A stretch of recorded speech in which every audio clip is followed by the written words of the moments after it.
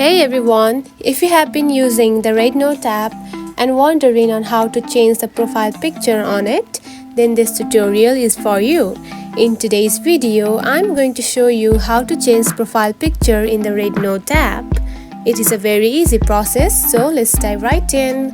First of all, find the RedNOTE app on your home screen. Now open it. After opening the app, tap on to the Me option at the bottom right corner, just right here. Then here we can see something like this on your profile. Now, to add the profile picture or change it, simply tap on to the profile of yourself, just right here.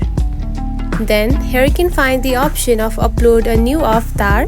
Now simply tap on it. Then after that you can simply choose a new profile picture just like this and tap on to save.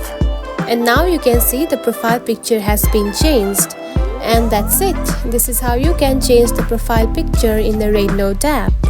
If you found this video helpful, don't forget to like and subscribe for more tips. Thanks for watching.